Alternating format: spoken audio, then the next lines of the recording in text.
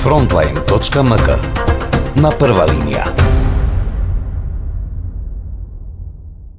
Јас не ја игнорирам реалноста, но нема да дозволам создавање на нова реалност.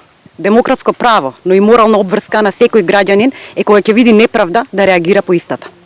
Таблата е наследена и не постои стара и нова табла. Постои само една табла во Министерството за труд и социјална политика. Во меѓувреме треба да ја заблагодариме на вице-премиерката за економски прашања, заради тоа што не ја сменила таблата и со тоа длабоко во себе препознава дека ова е Република Македонија и ова е македонски народ.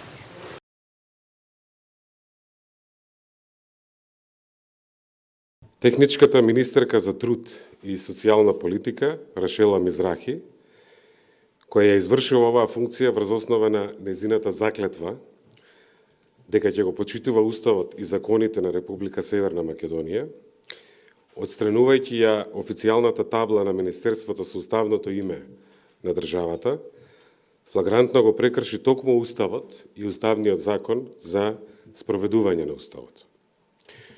Што е работа на министерката Мизрахи? Зошто е избрана?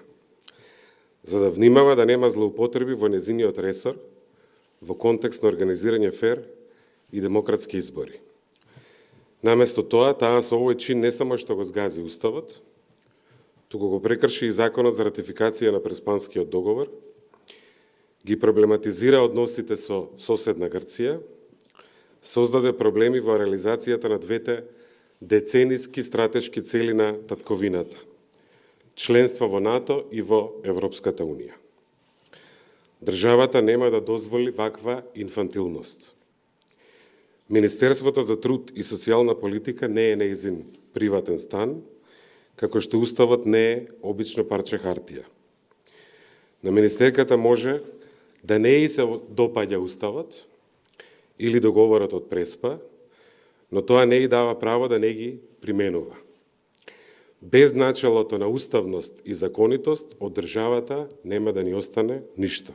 Мислам дека ќе биде премногу од министерката Мизрахи да очекуваме да го разбере историското значење на Преспанскиот договор, за афирмација на македонскиот идентитет, за заокружување на државноста во Обединетите нации, за членувањето во НАТО и за започнувањето на пристапни преговори со Европската Унија.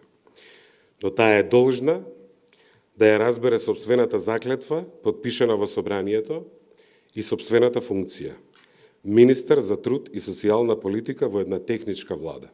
И секако да разбере што значи Устав на една држава. Флагрантното кршење на Уставот повлекува политичка и правна одговорност.